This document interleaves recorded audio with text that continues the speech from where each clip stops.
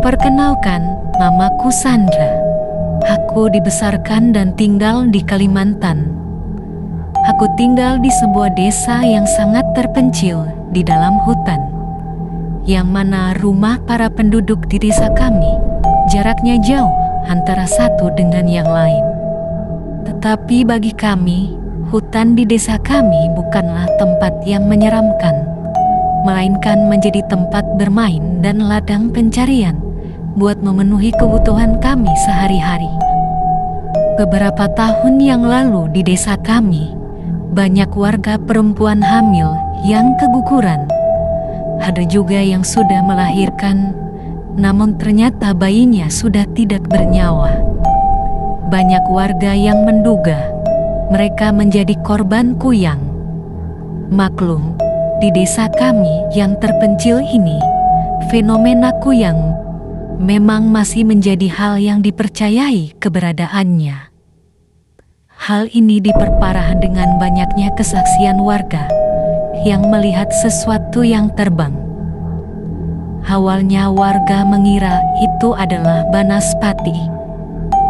Akan tetapi, setelah dikejar oleh beberapa warga, terlihat seperti bukan api, melainkan terlihat seperti kepala terbang dengan organ tubuhnya yang menggerantung.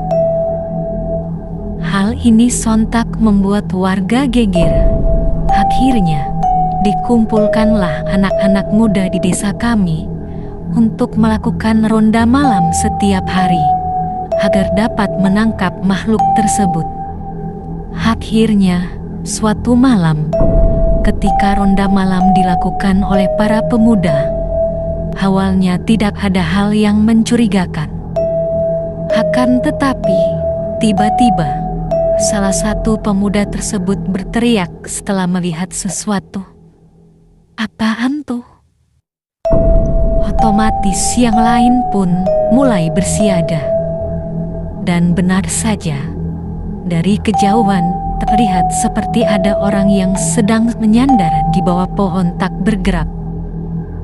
Setelah didekati perlahan-lahan, terlihat kulit orang itu berwarna putih pucat. Dan dari penampilannya, tampak seperti seorang nenek-nenek. Tapi yang mengejutkan adalah, ternyata tubuh nenek-nenek ini tidak memiliki kepala.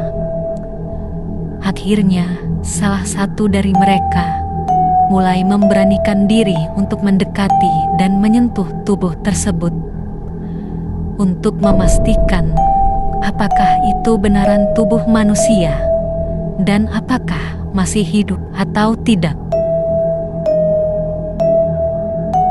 Setelah memeriksa tubuh tersebut dengan saksama, mereka akhirnya menyimpulkan bahwa itu adalah tubuh dari kuyang. Mereka pun teringat akan nasihat dari orang yang dituakan di desa mereka.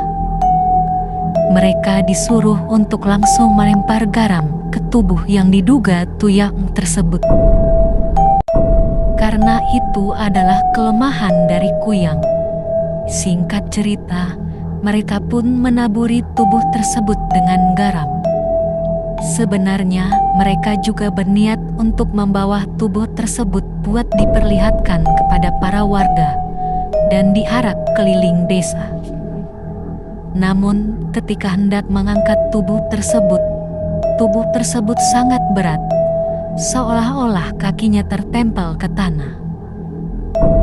Akhirnya mereka pun buru-buru melapor ke warga tanpa membawa tubuh tersebut.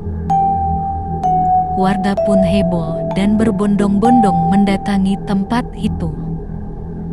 Namun sesampainya mereka di sana, tubuh tanpa kepala tersebut sudah menghilang. Kabar baiknya, semenjak kejadian tersebut, kasus wanita hamil yang keguguran sudah tidak terjadi lagi di desa mereka. 1 minggu kemudian, warga kembali dihebohkan dengan penemuan mayat seorang nenek-nenek di tepi jurang. Yang mengejutkan adalah pakaian yang dikenakan mayat tersebut sama persis dengan pakaian yang dikenakan oleh tubuh yang diduga Kuyang tempo hari.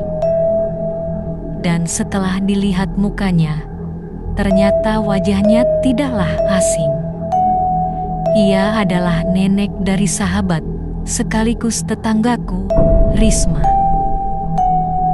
Keluarga Risma pun seolah tak percaya mendengar cerita tersebut. Risma dan ayahnya mengaku terkejut dan tidak mengetahui bahwa nenek dan mertua mereka adalah seorang Kuyang.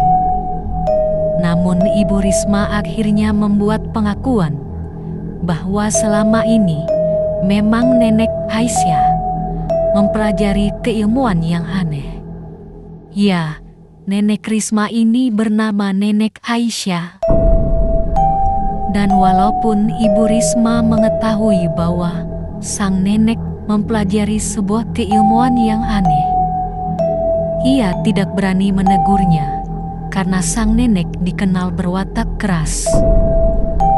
Para warga pun akhirnya mulai mengucilkan keluarga Risma setelah kejadian itu. Karena biasanya si pengguna ilmu Kuyang akan mewariskan ilmunya kepada keturunannya. Warga takut kalau ilmu Kuyang si nenek sudah diwariskan ke Risma atau ibunya. Namun, aku tak peduli dengan semua omongan warga tersebut. Bagiku, Risma adalah sosok yang baik. Begitu pula dengan ibu dan ayahnya. Jadi, aku sampai sekarang masih bersahabat dengan Risma. Sampai saat ini semuanya masih baik-baik saja. Semoga hal ini berlangsung selamanya dan keluarga Risma tidak terpengaruh oleh ilmu hitam. Sekian ceritaku. Terima kasih sudah mendengarkan. Sampai jumpa.